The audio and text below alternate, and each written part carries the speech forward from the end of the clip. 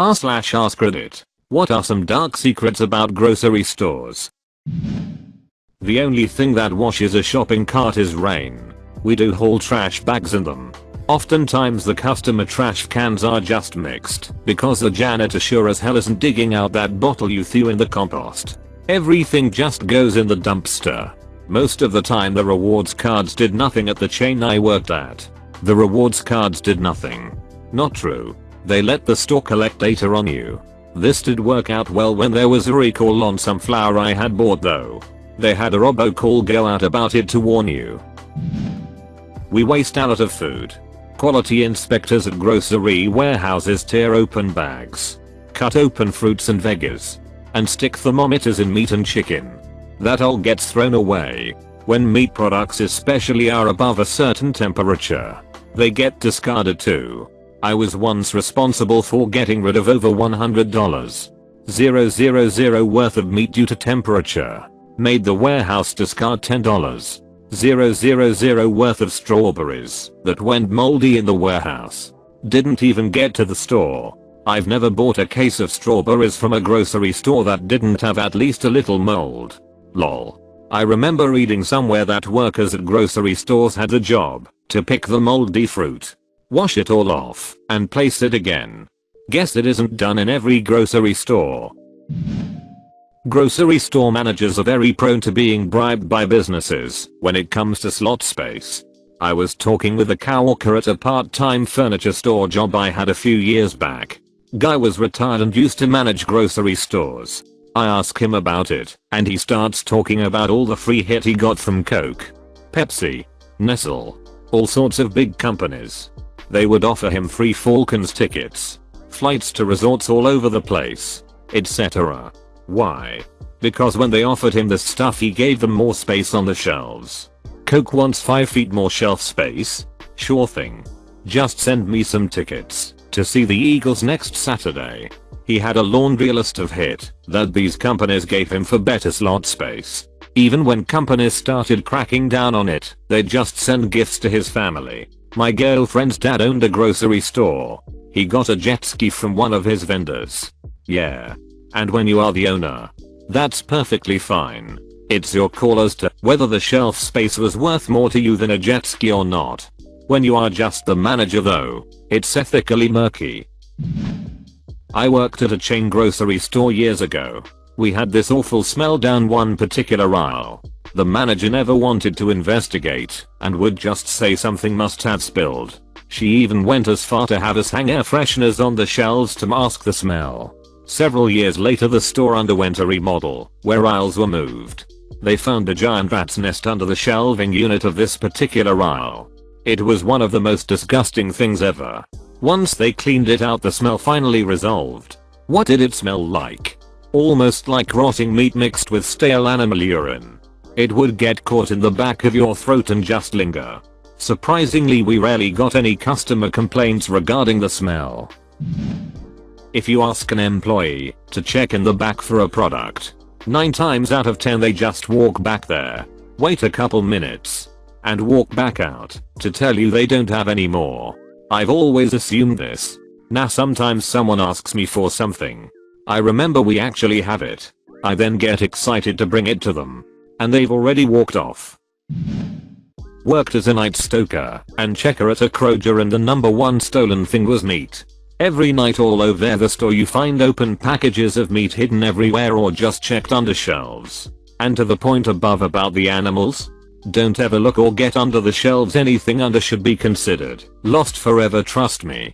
I did service desk, and the meat and cheese returns angered me the most. Those big strips of pork ribs or brisket are easy to slide under a coat or pants. They ring in at just under $20. So people know you have to take them back. I heard every iteration of "oh we didn't need it, but it's still cold." Even so, it's going in the trash. At least the batteries or cosmetics I can just put back on the shelf. I always just tell them we're a high theft store and that we now require a receipt or a plus card with a receipt on it for everything. Our loss prevention department is really cracking down and I'm sorry I can't put it on a store credit. Usually them, but I called and spoke to someone and they said we can get a store credit. Me, well, if you remember who that person is, I'll be sure to make sure they get disciplined, because we can't okay that over the phone. We have to have a receipt for everything. 4011 equals bananas. Oh. 4065 equals green peppers. The dudes in the meat department always have drugs.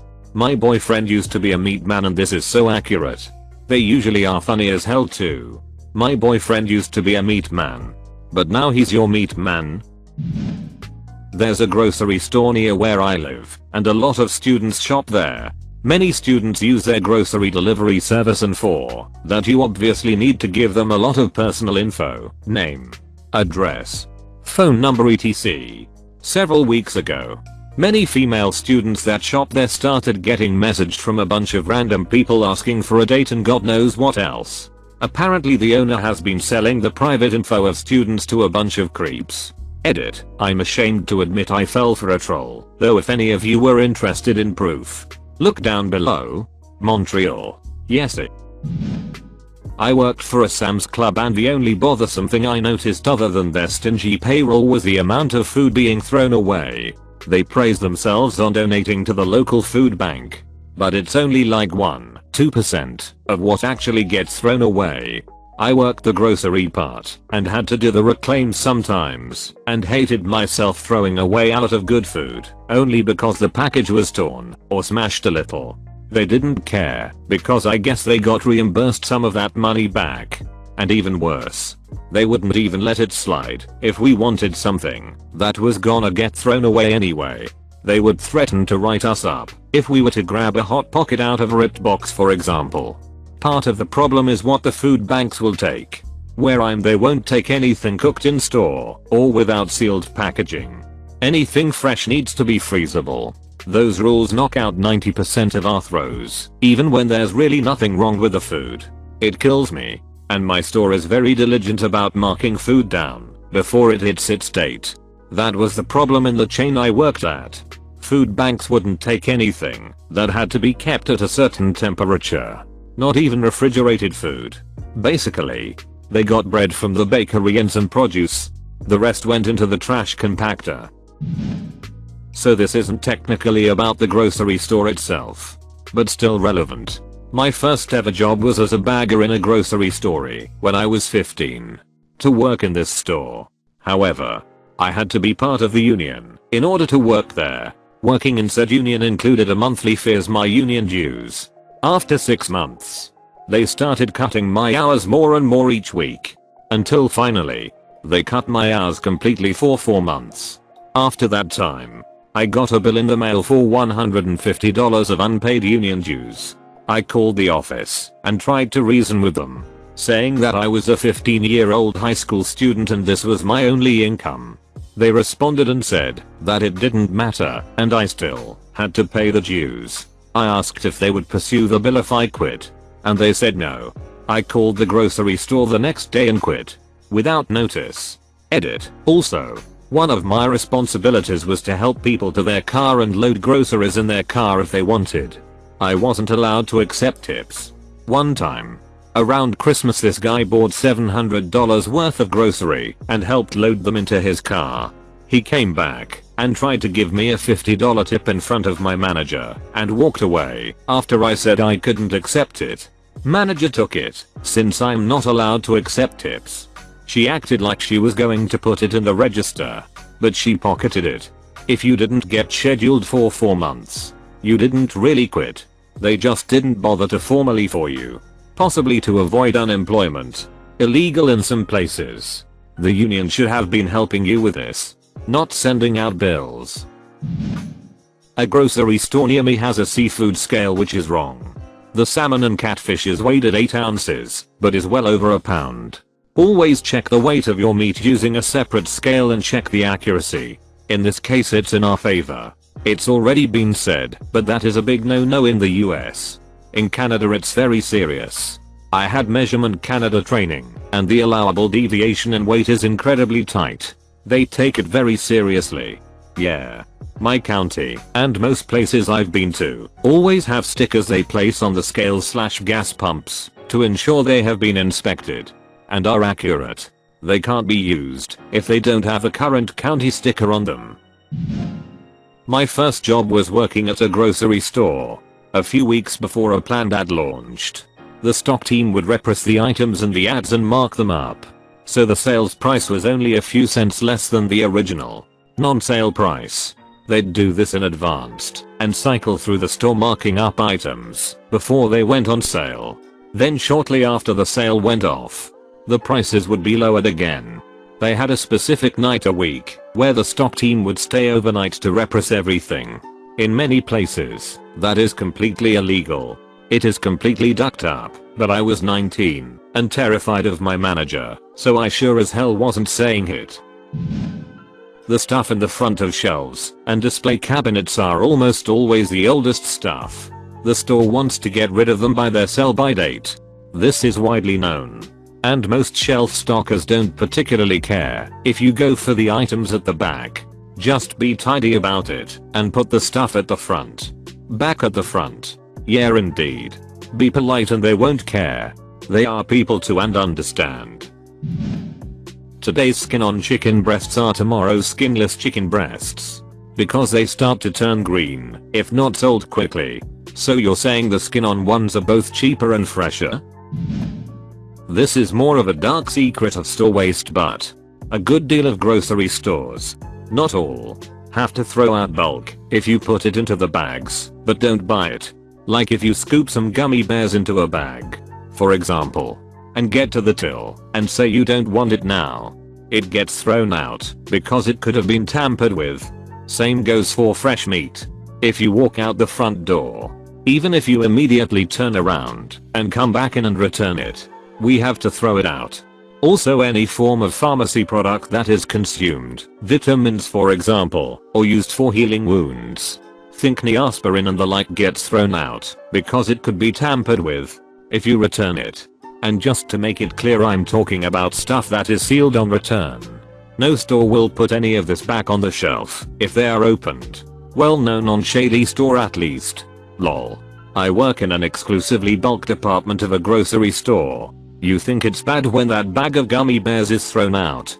How about bags full of pistachio kernels, macadamia nuts, things that weren't supposed to be mixed, tens of pounds of expensive spices, whole bean coffee left behind because people are too ignorant to use the burr grinder. My job has made me a misanthropist, and it is misery. I throw away hundreds of pounds of perfectly good food every week due to people's carelessness and ignorance. I only wish I could find a better job. Edit a letter.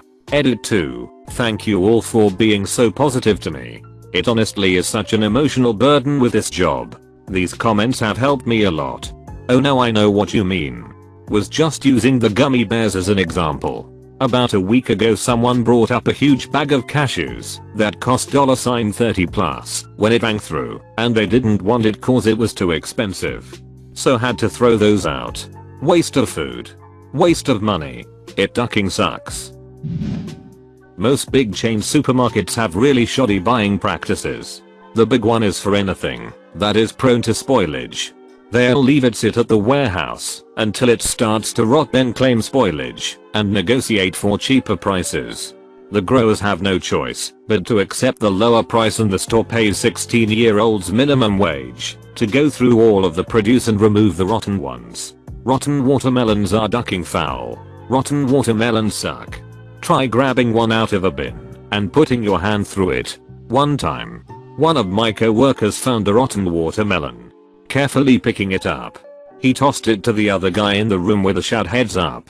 The poor guy caught the watermelon and was immediately covered in horrifically bad smelling slime. He puked. Original co-worker nearly pissed himself laughing. They sometimes turn the lights off at night. One time the power went out between when I left the house and when I got to the store, and their generators were only serving very basic functions.